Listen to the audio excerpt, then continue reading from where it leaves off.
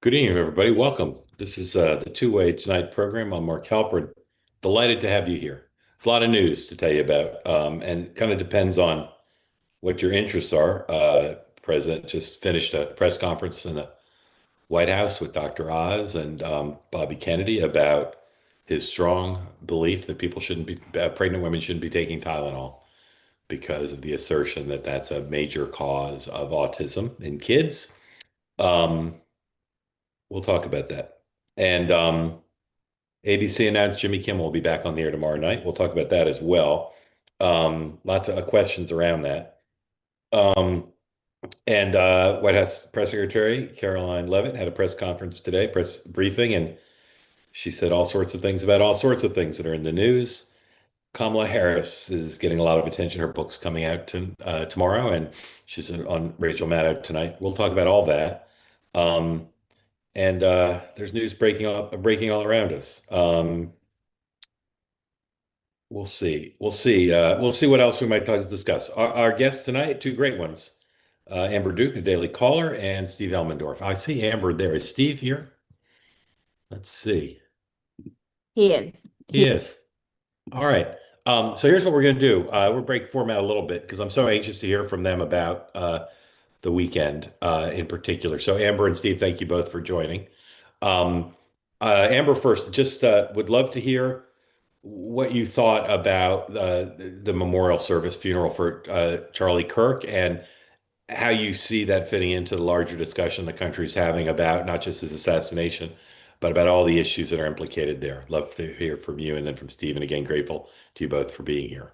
Yeah, definitely. Well, I was disappointed I wasn't able to attend, but I had familiar obligations that were already on my docket for this past weekend. But I did catch up on a lot of it, watched most of the speeches, and I know some of the reaction was that it was perhaps too happy. People took issue with the pyrotechnics and the production value and a lot of the commentary, but I actually think that's really important because what Andrew Colvett said, he was the producer of Charlie Kirk's podcast and also a really close friend of Charlie's, was that as Christians we have victory over death because of Christ. So this was, as many people described it, a revival moment. They were not shy about talking about Charlie's faith. They also, of course, got into politics. But this was not a funeral, right? This was a not just a memorial service, but a celebration of Charlie's life. So I think that's why there was the disconnect with people thinking, well, why isn't everybody crying? And, you know, having been through loss in my own family, we did a celebration of life, and they're not intended to be these really sorrowful events. The whole point is that you're able to step out of your grief for a moment and just enjoy who the person was and talk about stories and share your experiences with them. I found it to be very powerful. Thank you for that, Amber. Steve. Well, I thought there were two, obvious and amazing contrasts. One was Erika's speech where um, she was focused on forgiveness and love, and I thought it was Christian values, and Donald Trump's speech, which was not. I thought the contrast was quite jarring. I thought his comments about hating people was quite jarring in this context and unfortunate. And I think I give her enormous credit for her poise and her willingness to forgive, which is really sort of a core value of the Christian faith. I don't think that the president showed any Christian values, unfortunately. Okay, I want to ask you both one more question, then we're going to reset a little bit. I'll talk through the program a little bit more and talk about how we're going to spend the hour. Steve, what's the best thing that's come so far out of this horrible assassination for America? What's the best thing that's come out of it? Well, it's hard to, yeah, I mean, it's hard to come up with a best thing from a terrible event. I do think the conversation that's been had about how he was open and willing to talk to people on the other side and engage with them and debate them. I think that was a positive, and I wish people would take that to heart. Unfortunately, I think some people have taken the opposite view that we need to use this as an opportunity to shut down speech or shut down dissent.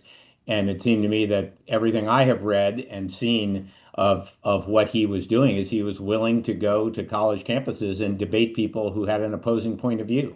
And I think that's something that we ought to encourage more in this country is people having healthy debates about with the other side and engaging in an idea war and an idea back and forth. War may be the wrong word, but Yeah. rather than demeaning the other side and saying they're stupid or they're evil.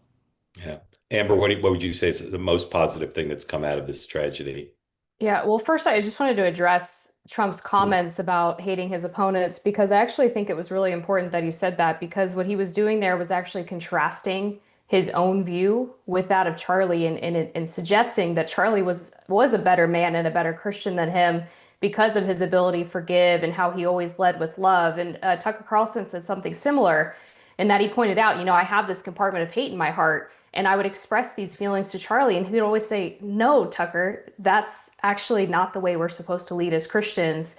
And so I think one of the important things to understand about Christianity too is that the fundamental promise of Christ is that there's always this ability for transformation and for repentance.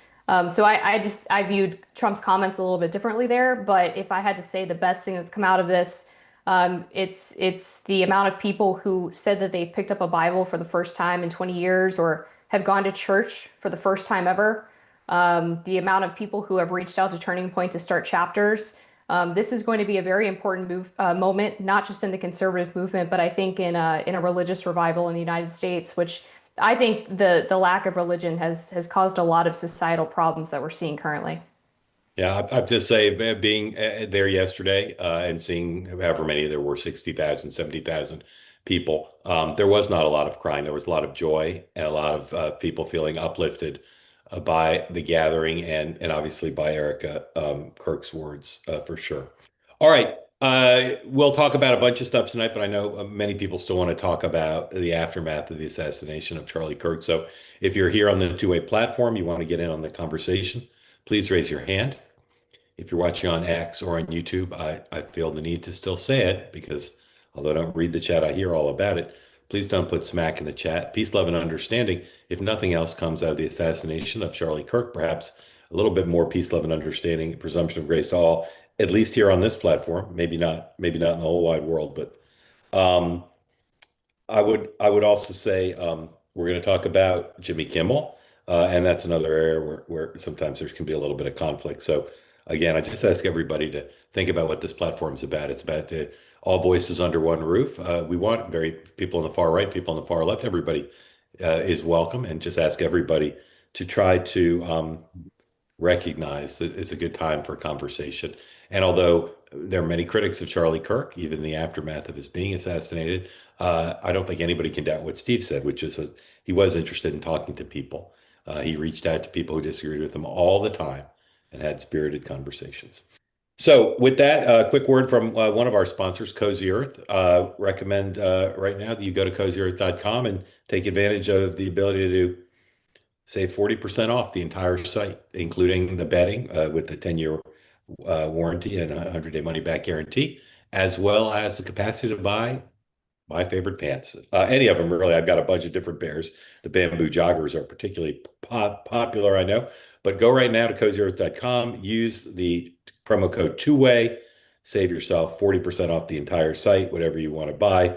The the response I got, believe it or not, when I was in Arizona, a lot of people came up to me during and after the event and talked about two-way, but two men came up to me and said they love the pants. And one of them, accompanied by his wife, and she said what spouses say all the time when people have bought the pants, which is, my husband looks so good in those pants. Cozy Earth, built for real life, made to keep up with yours. Cozy Earth, again, 40% off. Go to cozyearth.com. Use the code two-way. All right. The Kimmel story is so enmeshed with the Kimmel story, with the Charlie Kirk story, and ABC announced today that he's going to return. They're not exactly clear. Their statement didn't explain why they took him off the air, except they said they thought what he said was inappropriate, and they haven't really said why he's going to go back in the air. And of course, a lot of people are wondering what he's going to say. probably be a pretty highly rated program. Let's start. Steve, are you glad Jimmy Kimmel's coming back on the air? And if so, why? And if not, why not? Well, I generally think that we shouldn't cancel people, and I think that people should be given the opportunity to make comments and clarify what they said, or to apologize for what they said, or change what they said. And I don't know what he's going to say. My assumption is he will address the issue, and I assume he's worked with the Disney team to figure out how to address it. And I, look forward to hearing what he has to say. I mean, again, I just think the way in which he was taken off. People like Ted Cruz and Mitch McConnell have put out statements decrying that, and I agree with them. If we believe in the First Amendment, we believe in the First Amendment. And people say things that I think are stupid. People say things I think are hateful. People say things I don't like. But that doesn't mean that they should be necessarily removed from all public media. And so I'm interested in what he has to say, and look forward to hearing it. Yeah. Amber, wonder how you feel about Jimmy Kimmel coming back on, and whether you think the I two think the big first station one should be, owners, your favorite food.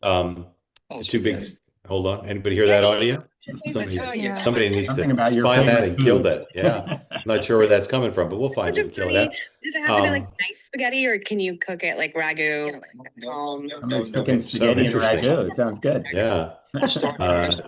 I'll ask the producers if they can find that, because I do not see it. I just found it. Amber, I'm wondering how you feel about him coming back on, and what you think the two big station groups, Sinclair and Nexstar, who maybe they didn't affect the original decision, but surely their decision not to run Jimmy Kimmel on their stations certainly was part of the conversation. What you think they're going to do? Well, to start, Jimmy Kimmel coming back on the air is pretty immaterial to me. I do hope that he offers an apology for what he said, which was insinuating that the shooter was a right-wing MAGA Republican. And I do think one of the elements that's being missed here is that this would not have been an issue if you were on a cable network, but he's on a broadcast network, and there's a limited number of licenses. The FCC chair has legal oversight over those licenses. And when you engage in news distortion, I think it's perfectly appropriate for the FCC chair to put pressure on you when you outright tell a lie on air, which is what he did. And he apparently, according to the public reporting, when he talked about this with his superiors at ABC, they indicated that he said he was going to clarify what he said, but he wasn't going to offer an apology, which I think is the most likely reason why he was not allowed to go back on immediately. Moving forward, I don't know what Sinclair and Nexstar are going to do. They said that his comments were at odds with their values. We'll see if they were happy with this timeout, this suspension, I guess you could call it, or if they're going to continue not to carry him. Nothing I like more when there's a subject of public controversy than to know what the ladies of the View think. So here they are talking about Jimmy Kimmel. Number 6, please. Did y'all really think we weren't going to talk about Jimmy Kimmel? I mean, have you watched the show over the last 29 seasons? Yes. So no one silences us. And to all my friends in Italy who reached out, you have to know it's okay. We're still here. We're still broadcasting. And when the news broke last week about Jimmy Kimmel's suspension, we took a breath to see if Jimmy was going to say anything about it first. We did the same thing with Stephen Colbert. Then our show was on tape on Friday. But we are live here today, and we're getting into it now. Okay? Because to be clear, you cannot like a show. Now, I want to make sure I got this right. To be clear, you cannot like a show and it can go off the air. Mm-hmm. Someone can say something they shouldn't and get taken off the air, but the government cannot apply pressure to force someone to be silenced. Amber, do you come from the Ted Cruz, Paul Gigot school that says you're fine with ABC deciding to pull someone off and for affiliates apply pressure, but you'd rather not see a government official try to get someone fired for speech? I have no problem with the FCC chair exercising oversight over broadcast licenses so long as he actually violated some of their laws, which I think he did with the news distortion clause, as I mentioned. But I wouldn't want to see someone fired or suspended over an opinion. That's a different thing to me. For me, it was the misstatement of fact. That was the fundamental issue with what Jimmy Kimmel said and why so many people were upset about it. I do find it curious that The View is suddenly a bunch of free speech warriors. They didn't say anything, I don't think, about the Biden administration using the DHS and other government agencies to pressure big tech companies into censoring Americans who had different opinions on COVID, opinions that turned out to be right for the most part. So it just seems very opportunistic to me. Steve, what's the difference between the FCC looking at a pattern of statements that they consider to be not in the public interest, which you may not agree with what the chair of the FCC was already doing, but how is his criticism of Kimmel in this one instance different than what he was already doing, which is basically saying these stations need to not show bias towards the right, or they'll lose their licenses? Well, I don't think he's done anything similar about people showing bias to the left. I mean, I think he has a one-way view of things. And again, I'm a pretty absolutionist about the First Amendment and about the fact that people can go on TV and say whatever they want to say, whether it's stupid or in some cases hateful. I think the answer to that is one, people should stop watching it if they don't like it. Two, I heard a lot of people, a guy on Fox News said that we should euthanize homeless people. I didn't hear an outcry from certain quarters on that. He apologized fairly immediately afterwards, and was allowed to continue. There were a lot of people on Fox News who said things that I don't agree with all the time, who said things I don't agree with about Paul Pelosi, who said things I don't agree with about various elected officials. I defend to the end their right to get on there and say it, as sometimes as crazy as I think it might be, or as unfortunate as I think it might be. I think that we have to, I agree with Ted Cruz. I don't agree with him on many things, but I think we have to have a First Amendment, and people can go out and say a lot of stupid things, and that's fine. We Okay, have plenty of yeah, multiple channels. If you yeah. want to go to a different channel and hear a different person say something that's different and more stupid on the other side, you can turn the channel and Well, go to that. Or you I can do go on want to X. challenge You that go though, on because Facebook. There's there is a plenty of limit. places you can find opinions. There is a limited number of broadcast licenses that are handed out by the government, though. So you do agree that that's a different situation than, No, I say, don't following actually. people I on don't agree. I X. don't agree. I think there's so many channels now where people can get information that is archaic and out of date. And people do not have the three networks to get their news anymore. They get their news from, frankly, thousands of different channels of information. So again, I'm for the First Amendment. I don't find anything. I may not like what Jimmy Kimmel said, but I don't find anything about it to be illegal or a reason to be canceled, frankly. I think I he's guess going to come back and say what he's going to say. And if I don't like it, I'll turn the channel and watch something else.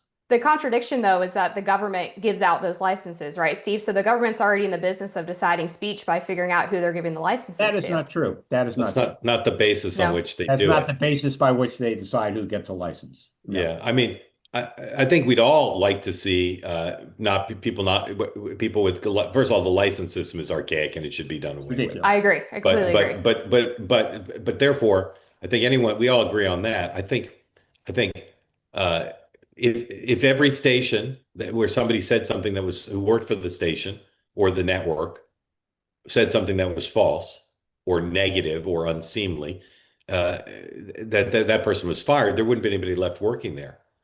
So this one statement, offensive to many, Amber correctly points out, if you parse it literally, it's false. To have the government basically with a rifle shot, sorry, shouldn't have said that. Apologize for that. Just very targeted one person. Say that person, I don't like what that one person said. They're gone. Amber, I'll just say again, I don't see how a conservative could have that point of view to say a government official should tell a private company, we don't like that person because we don't like the thing they said.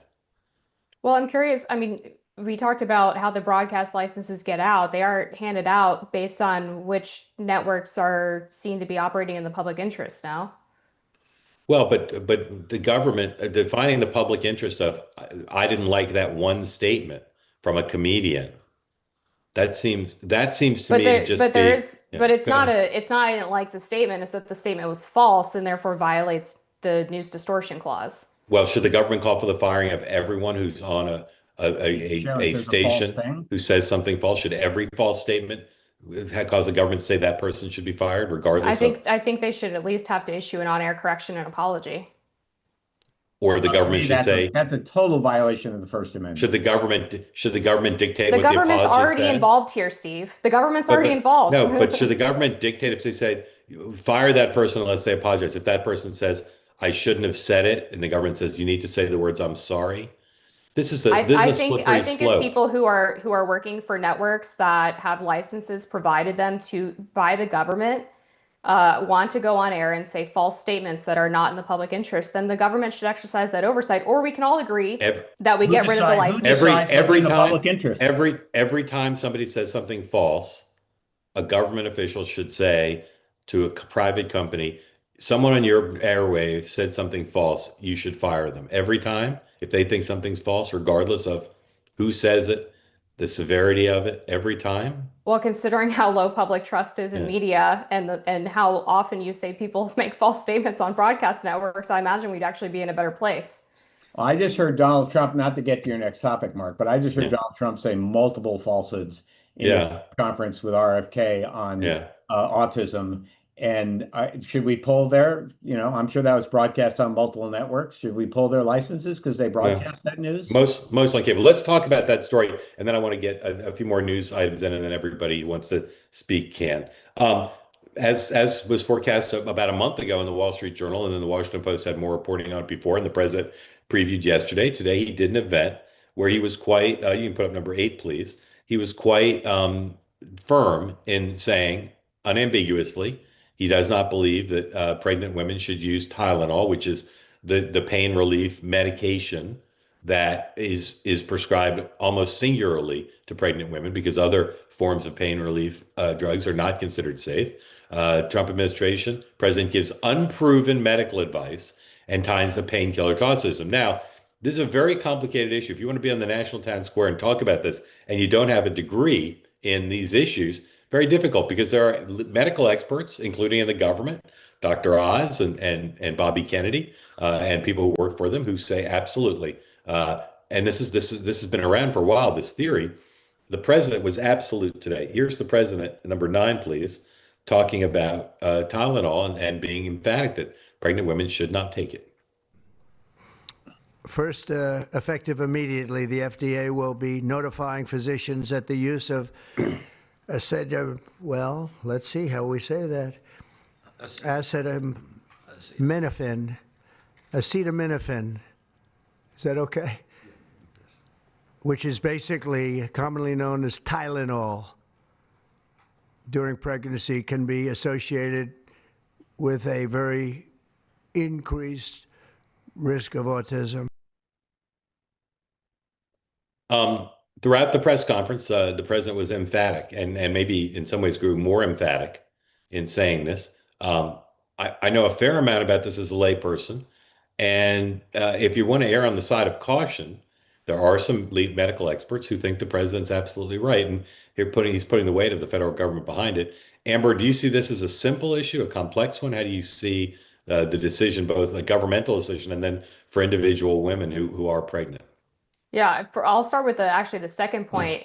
This is going to be very difficult for pregnant women because they were previously advised to avoid other painkillers in pregnancy and other fever reducers in pregnancy, particularly Advil, which can cause things like low amniotic fluid and issues with the kidneys and the lungs in their developing children. So what they advised today during that press conference was that Tylenol can be used in rare circumstances and for short periods of time at the lowest effective dose. So they're not taking it off the table entirely, but they're not going to give it for, let's say, a low-grade fever, or they're going to advise doctors not to give it for a low-grade fever. They referenced some of the scientific research in this press conference as well. One of the notable ones is that the dean of the Harvard Medical School said recently that he believed there was a causal link, according to a review of 47 previous studies of about 100,000 pregnant women, I believe, that found this causal link between Tylenol and acetaminophen or Tylenol and autism. And so it's not like this came out of nowhere. In fact, the Washington Post ran an article back in 2021 about similar guidance that was offered by the CDC, although at a lower level, that advised that there were potentially risks to a woman's pregnancy from frequent Tylenol use. So this, again, is not out of left field. I want to see what the review process and what studies precisely the government is looking at. But going back to earlier in the admin, when the HHS released their review of the research on transgenderism in young people, people were apoplectic that they reached this conclusion that quote unquote gender affirming care did not improve mental health outcomes in children. And then they found out that most of the scientists on the panel were actually people who described themselves as liberal, and that the science was pretty well researched. So just judging on that, I'm perfectly fine with this announcement, pending what further evidence is presented. Steve. I think people shouldn't take medical advice from politicians. I think Donald Trump said at one point in his remarks, I just have a feeling about this. Now, I don't think that pregnant women or anybody should take medical advice from somebody who says, I just have a feeling about this. I think RFK has absolutely no medical training whatsoever, has a long history of talking about debunked scientific theories, has a long history of profiting off of some of his more extreme anti-vax views, has a long history of running an organization that sued vaccine makers, and that was his point. So I just think we don't, the vast majority of studies that have been done on this topic say that Tylenol is safe. And I think this is just a huge problem that we are letting the health infrastructure of this government be run by politicians and not by scientists. And I think it's putting science aside and just talking about politics, I think this is one of the greatest vulnerabilities of the Trump administration. And if you look at all these vaccine issues, it's 70-30, 80-20, 65-35. People want to protect their children from polio, from measles, from chickenpox, from all these diseases, and they want to follow the science. They do not want to follow politics. And RFK and the people around him are just wrong about this. And it's not going to be, it's going to hurt the country long term. And I think it's not going to be politically beneficial ultimately for Republicans. Amber. Well, there were several scientists on that stage, three of them, in fact, including Dr. Marty Makary, who was at Johns Hopkins, Dr. Jay Bhattacharya, who is at Stanford University. Both are incredibly well credentialed. We could debate about Dr. Mehmet Oz, fair enough. But Bhattacharya and Makary, I mean, you can't question their credentials and their expertise. Dr. Marty Makary wrote a book called Blind Spots, I believe it was 2 years ago, that talked about a lot of these issues. And actually, it was the politicization of medicine that led to a lot of dangerous outcomes for people, including the idea that older women shouldn't get hormone replacement therapy because it could allegedly lead to osteoporosis, but it turns out to actually be really, the benefits really outweigh the potential drawbacks of that treatment. They also talked about the idea that people thought that not exposing your kids to peanuts would prevent peanut allergies. It actually led peanut allergies to skyrocket. So I think sometimes we get into these echo chambers, particularly in science, where because a few studies say one thing, that we all just accept it as gospel. And it's really important to have disruptors in the system who are willing to actually take a second look at the evidence, particularly in this case with autism, because most of the studies that have been done,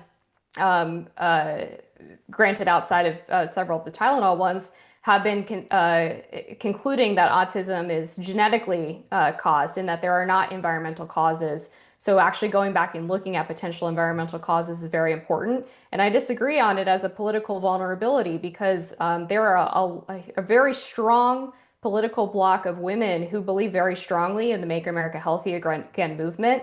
That was actually, I think, one of the factors as to why women did not abandon Trump as much as the political prognosticators thought that they were going to. And I would also just throw out there, I had no idea before the MAHA movement that Tylenol, even for adults, can cause liver issues. And that was something that was very well publicized. So I don't think it's quite that cut and dry. Okay. There's going to be a lot more conversation about it. I don't remember a case quite like this. And all I'll say is the status quo is not good. The status quo of the rates of this problem is too high, particularly for boys. And so I applaud anyone who's looking to try to figure out a solution. But this is a controversial solution. There's no doubt about it. And the president's not being given the benefit of the doubt by much the medical community, not by the media. And if somebody has other ideas about dealing with autism, I think they should definitely come forward and share them rather than just being critical of at least an effort to see if there's a solution. All right, let's quick check of the markets today. Markets were up again. S&P rebounds, number 19, please, to a record close. And you can see there, sponsored by our friends at the Bahnsen Group. Markets up, Dow up, and S&P up, and NASDAQ up. I don't know that anybody could tell you why. Reminder that David Bahnsen and I are going to be doing a session. Take your questions, special two-way private for two-way community members, September 24th. That's in 2 days on Wednesday at 1 p.m. Eastern Time. David and I will be here. Go to tway.tv/TBG to join me and David, exclusive private event for two-way community members.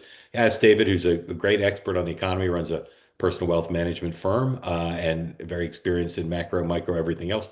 Be able to come on, ask David about the markets and anything else you want about the economy. And as always, I recommend to you read David's newsletter. It's free. Dividend Cafe comes out with the latest news, lots of good humor and analysis, and very accessibly written. Again, you get Dividend Cafe for free. Read it every day as I do. Same URL. Go to tway.tv/TBG.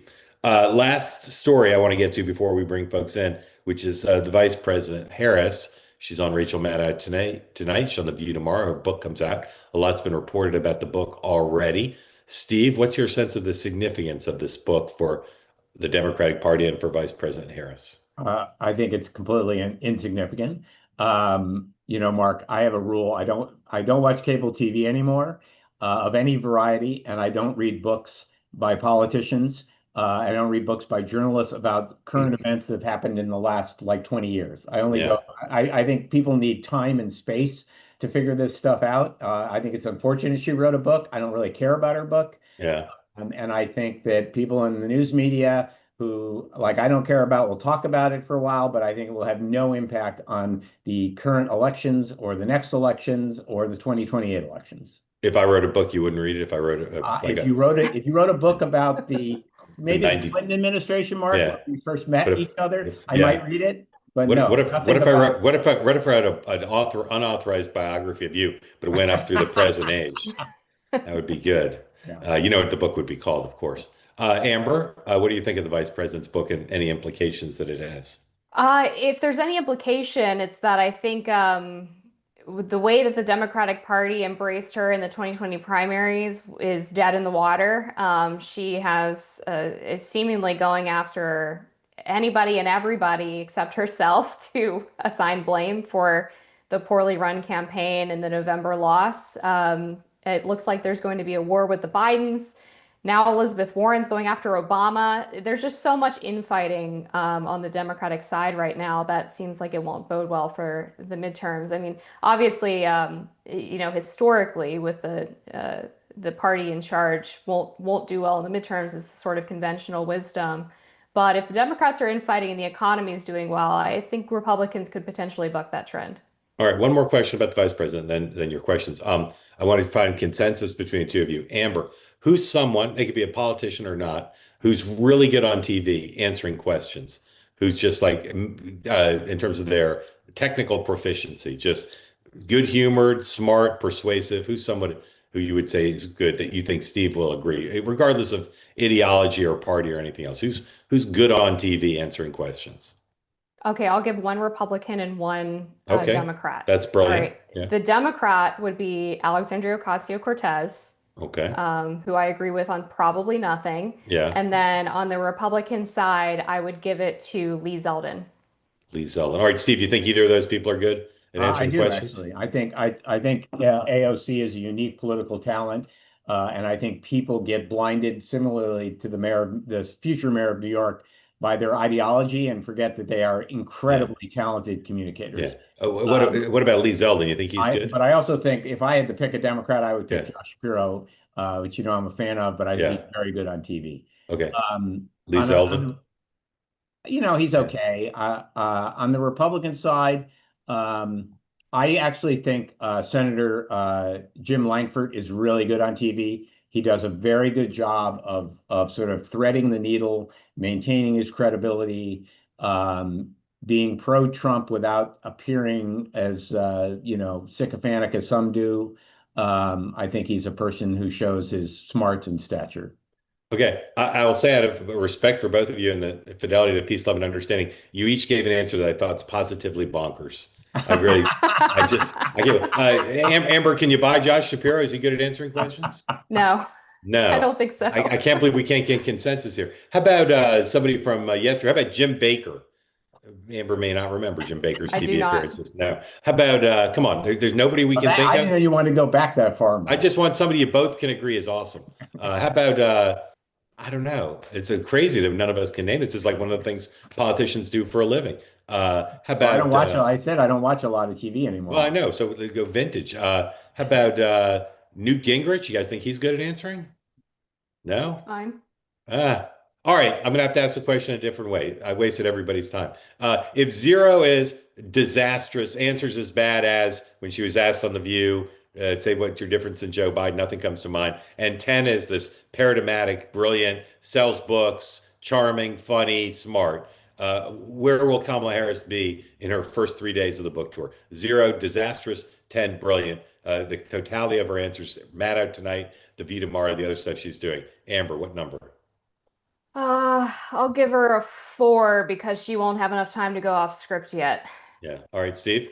I give her a 7. Look, I think people criticize, like everybody will criticize this book, but they would have criticized her if she was trying, and whether she succeeded or not, to be newsworthy, to be authentic, to be honest about people by saying negative things about them. If she wrote a boring book, everybody would have said, "Oh, she's boring. She won't say anything controversial." She said Right. what she thought. Again, I don't really care. I'm not going to read the book, and I don't think she's going to be president. So, She I wasn't hope she that she sells a wasn't lot of that books and has a good life. she wasn't that nice to your friend Josh Shapiro in her book. No, she wasn't. No. Yeah. Okay. I'm All from right. Josh. All right. Again, if you want to be in on the conversation, please raise your hand. We'll get to everybody in just a moment. One more word from one of our sponsors, CB Distillery, another opportunity for a discount. Go to cbdistillery.com, 25% off. Promo code MARK if you're having trouble sleeping, pain after exercise, just feeling a little bit out of sorts. 2 million people trust the products of CB Distillery, high quality, clean ingredients, no fillers, just premium CBD made available to you and allows you to better sleep, less stress, feeling good in your own skin. Works for many. You give it a try. Again, 25% off the entire purchase you make. Visit CB Distillery, use the promo code MARK. And again, sleep is important. If you don't get good sleep, everybody knows what that's like, drag during the day. I didn't get good sleep last night because I took the red eye back, but ordinarily I would sleep a little bit better than that. I wish I'd had some on my flight. cbdistillery.com, 25% off. Use the code MARK. All right, time for your questions. Again, as I bring you in, please tell folks where you are, what's on your mind. For Steve and for Amber, grateful to you all for being part of the two-way community. Here comes to kick us off, Matthew. Matthew, unmute, please. Tell folks where you are, what's on your mind. I'm going to have a sip of Diet Dr. Pepper while you speak, if that's okay with you. Sure. Thank you for having me on, Mark. I'm in New York City, and I wanted to talk about the Charlie Kirk memorial service yesterday. I hope you permit me to do so. I'm not a conservative. I'm not a MAGA populist. I guess I would consider myself maybe a Burkean liberal. But I admired Charlie Kirk quite a bit and was really bereft at his assassination. And I think a lot of it has to do with the real appreciation for his stance on Israel and the fact that he repudiated anti-Semitism. And I watched him do it in a number of instances, and he was probably more learned about Jewish scripture than I actually am. But I watched a little bit of the service yesterday, and obviously Erika Kirk's speech was beautiful, but I was dismayed to listen to Tucker Carlson and about what he had to say because I felt like it was a real dog whistle. Referred to a particular part of the scriptures, which has been responsible for a tremendous amount of anti-Semitism in the past. And, one of the things that it seemed to me, it brought to my mind something that William F. Buckley did many, many years ago. And it was to his credit, and it's the reason why liberals, even despite disagreeing with him, respected him. He said very early on at the founding of the American conservative movement at the National Review that nobody who appeared on the American Mercury masthead, which had descended into far-right conspiratorial theories, could write for the National Review. And he was applauded. It was a way of completely excluding and ostracizing anyone with anti-Semitic views from the conservative movement. And I know Charlie Kirk had had a similar position. It was one of the things that I really admired about him. And here you have Tucker Carlson at this particular, making this kind of speech in this particular setting. And it was discordant to me at worst, at best. I mean, and it was far worse than that. And I'm wondering if you will see something from Turning Point USA that really defines a distinction within the conservative movement between people like Charlie Kirk and his legacy and people on the other hand like Tucker Carlson and Candace Owens. Yeah. So Matthew, I'll go first, and then Amber, and then Steve. You take the constellation of people, Candace Owens, Tucker, there's 50 more. And some of them consistently say things that are inflammatory, and some are accused of saying things that are inflammatory that maybe on a continuum and not as frequent. And I know a lot of people have problems with Tucker, and a lot of people have problems with Candace Owens. I try to go case by case, statement by statement. What you're talking about, I've heard other people interpret it that way. I try to not be judgmental about everything, and I prefer people explain them. I prefer we not interpret them without their being able to explain them. So that's my attitude about it in general. I do think Tucker has alienated a ton of people, although his closeness to Charlie and the way he's behaved about Charlie since Charlie was killed has given some people an opportunity that they've taken to feel warm about Tucker again. But these are really complicated issues, and what you've raised, I don't minimize how upset you are and others are, but they're complicated. Amber. Yeah, I agree with that. I also think to your regards to your question about what Turning Point will do in regards to the split factions on the right, and their attitudes toward Israel and Zionism. We kind of saw a taste of it. I don't know that they'll give an explicit statement, but there were some conspiracies floating around about a supposed intervention that happened from Bill Ackman to Charlie Kirk because he feared that he was drifting away from his vocal support for Israel.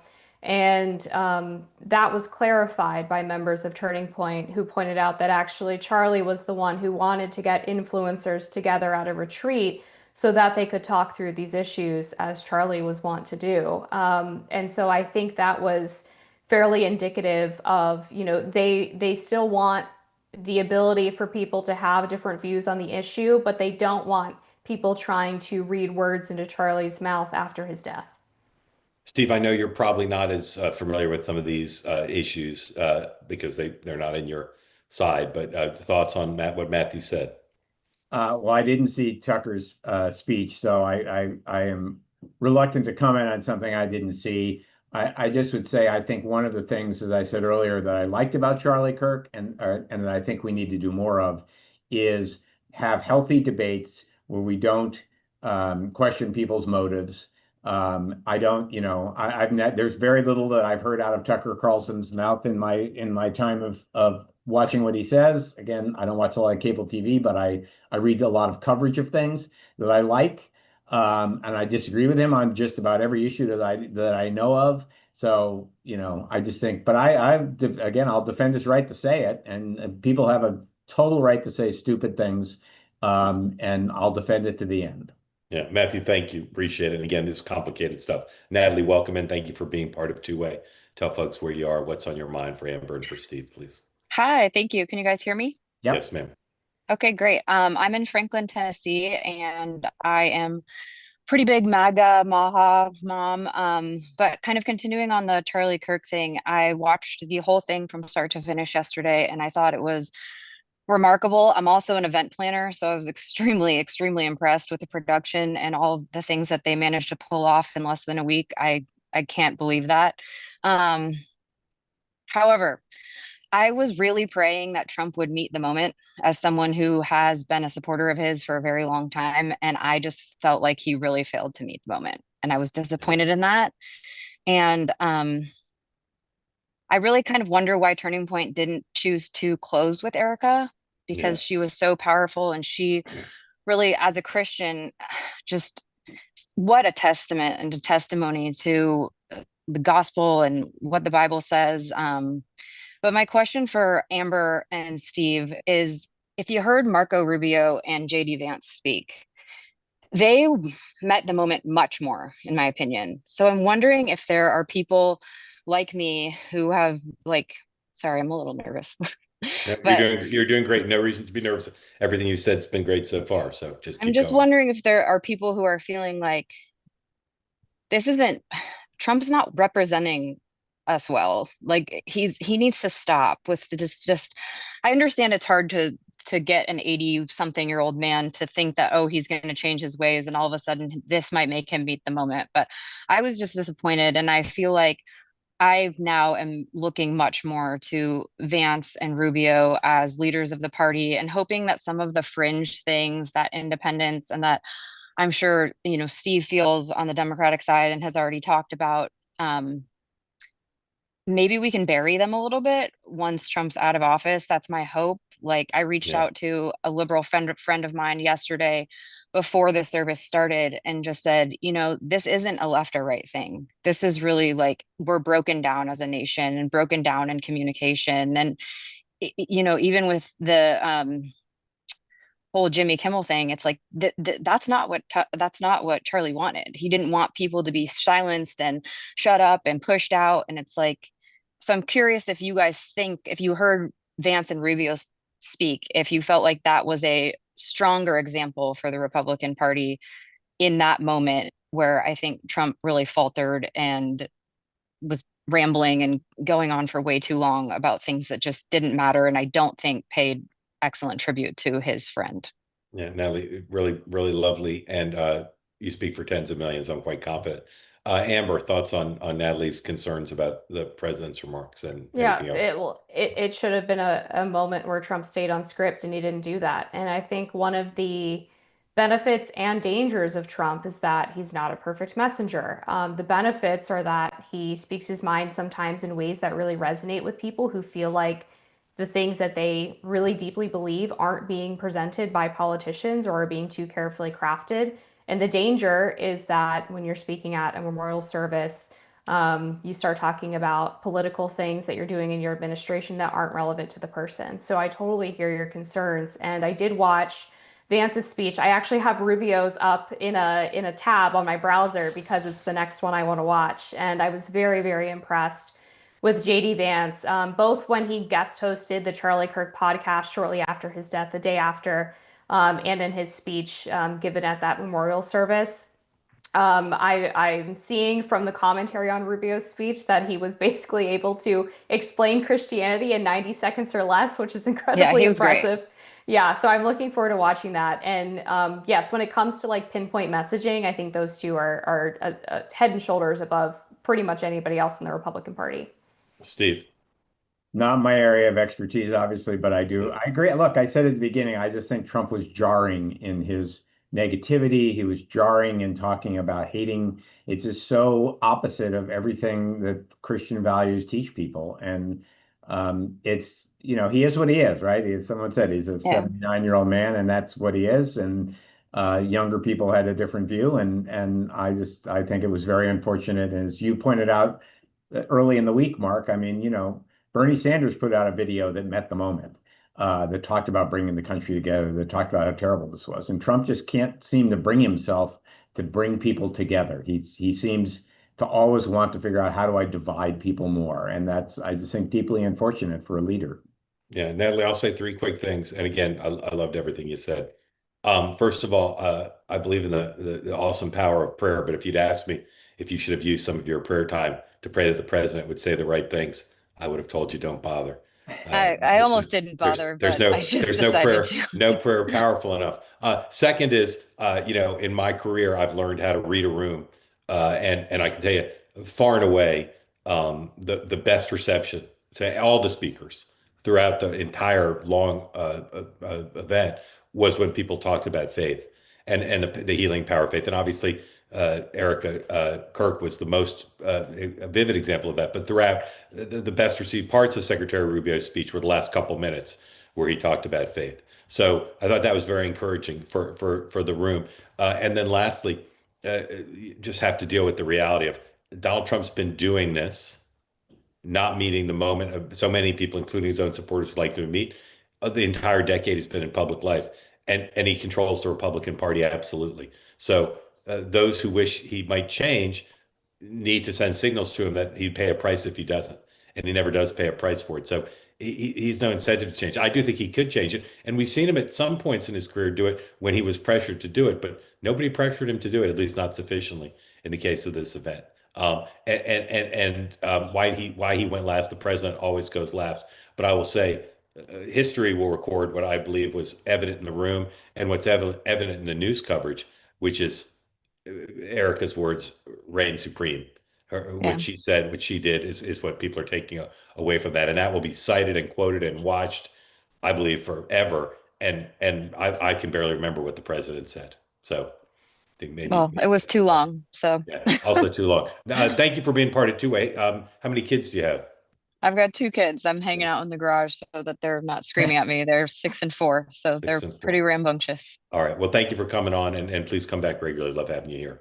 Thank you so much for this platform. It's Thank wonderful. you. Appreciate it. All right.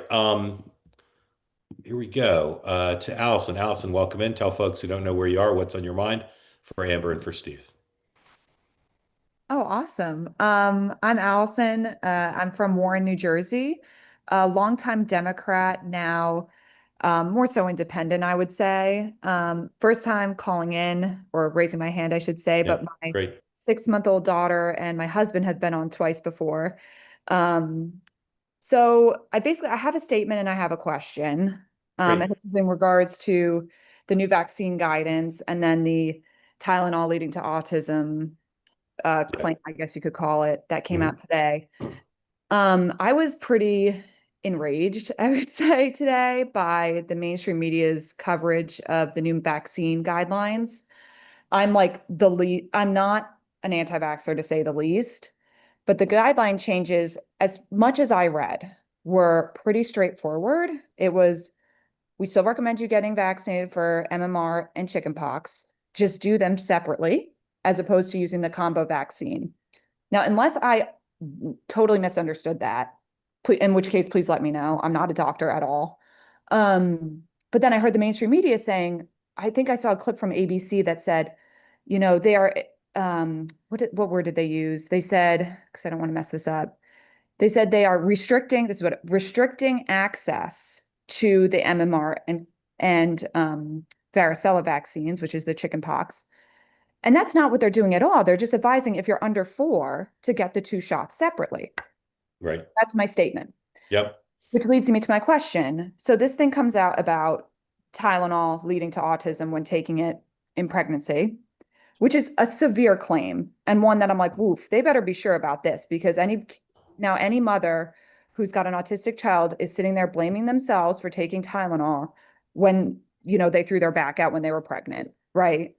And, that's a serious claim. But I go to the mainstream media, of course, they're going to say, oh, this is egregious. But everything they say in regards to anything RFK or this administration or this new CDC says is wrong. So I guess my question is where do we go for information? And if you're going to say you have to talk to your pediatrician, of course, but if you've ever been in a pediatrician's office in the last 5 years and you've raised any question about a vaccine, they're quick to say, hey, the door's right there if you don't want to fully, follow our schedule. It's pretty contentious. Yeah.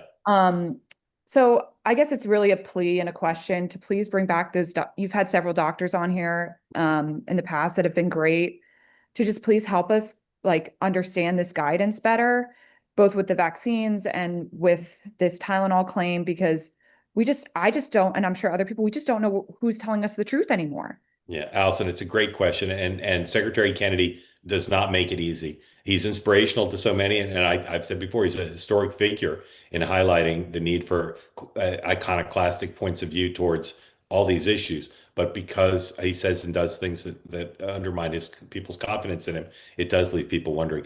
Steve, leave politics aside, and Allison's right. You can ask your own doctor, but what's the right way for people to get information now about these complicated issues? Well, I think unfortunately, or fortunately, that your own doctor, and you have to choose your doctor carefully, is really your best option. I mean, if the government is not going to give people straightforward information, and I think that's unfortunate that they have politicized a lot of this information. I think you just have to rely on your doctor. And I don't know, I don't have children, so I don't know about the particulars of the vaccines you talk about. I do know about the COVID vaccine, which I got on Friday, and I have a lot of friends who are trying to get. And there is no question that they have restricted access to that vaccine. They have made it harder for people to get it. They have made it so some people have to pay for it. You may find it surprising, Mark, that I'm 65 years old, so I had no problem going to get it. But a lot of people know who are under 65 have been having a hard time figuring out how to get it. And I think that restriction is very unfortunate because the vaccine, good for Donald Trump and Operation Warp Speed, saved a lot of lives, and it's going to save a lot of lives in the future. Yeah, Amber, there's close to 0% chance I will be as boyish at 65 as Steve is. So you don't need to comment on that. But what are your thoughts about where to get the best information under these circumstances? I don't know, because I share many of the same concerns, Allison. I was very disappointed and disgusted with the way the public health bureaucracy handled COVID. I've been trying to do my own research, but obviously without a medical degree and the ability to, read through these studies and interpret them, it's incredibly difficult. I've been relying a lot on communities that I've built, including people who are medical experts or have recommendations for family doctors and pediatricians who seem to be somewhat of independent thinkers, because I've had similar frustrating experiences where I go to a family doctor for an annual physical because my husband and I are going to try to start a family soon. And I'm being told, like, well, you're going to have to take X, Y, and Z vaccine. And then I look up the guidance later and it's like, well, no, actually, you don't have to take any of those. Like, some of them are recommended. Some of them are only recommended for people with certain high risk lifestyles. Yep. And it just leaves me feeling confused and frustrated. And you're exactly right, by the way, on the MMRV guidance. They do just recommend for children under 4 that they take the MMR and then the V separately. And then 4 and up, you can take the combined shot. But when you're under 4, they say that it does induce a higher rate of febrile seizures. So you got that dead on. And same thing, when I saw the mainstream media coverage of this, I was led to believe that RFK was restricting vaccine access. Right. And I was like, oh my gosh, this is horrible. And lo and behold, it was entirely different. And same thing with the Hep B, right?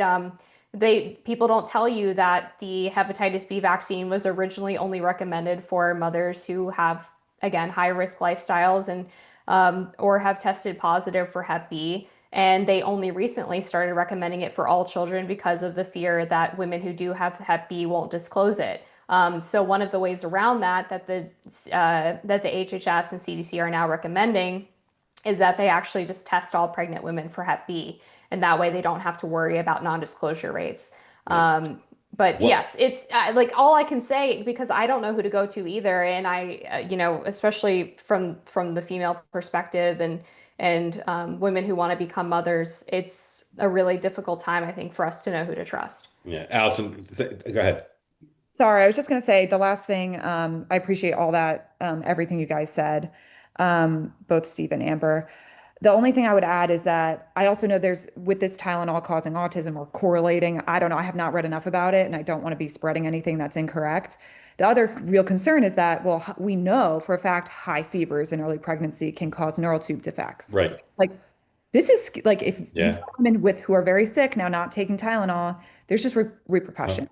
100%. One of the original visions of this platform was to provide expertise in areas like this, and we need to do a better job. We're a startup, and we've got limited bandwidth, but we absolutely need to find doctors who aren't political, who understand the science and talk about. They're out there, and sometimes they come on the platform by themselves, which is great. But we do need to do more of it, and I appreciate the reminder. And if there's another pandemic, I guarantee you, two-way will be a source of great information. But we need to do it here even short of that. Allison, grateful to you for coming on. Thank you. And we'll thank you for the reminder. We need to do better. Grateful to you.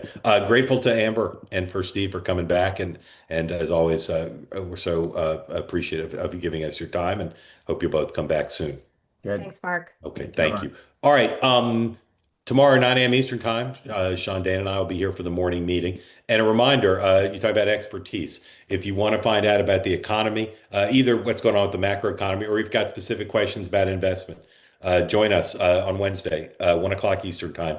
Sign up now to make sure you get a slot. There's a private event for the two-way community, twoway.tv/TBG. David Bonson will be here this Wednesday, September 24th, 1 p.m. Sign up now to make sure you get a slot, an opportunity to talk to David and hear him answer questions about the economy. That is the kind of expertise we'd love to be able to make available, to give you an opportunity to ask somebody of David's experience. You may have you've seen him here, but you've seen him on CNBC or Fox Business or Bloomberg. Really one of the best and most fascinating and well-informed people in the economy. So if you've got questions about housing or retirement or anything else, or you wanted his view of where the economy is headed, please go right now, twoway.tv/TBG, the Bonson Group, to sign up. And grateful to everybody for joining, Steve and Amber, those who raised their hands, and those of you who are part of the community. And I will see you with Sean and Dan at 9 o'clock. And on Next Up tomorrow, I'll have a lot to say about more to say, I should say, about the aftermath of the assassination of Charlie Kirk. Thank you for joining. I'll see you at 9 a.m. Eastern. Have a good night.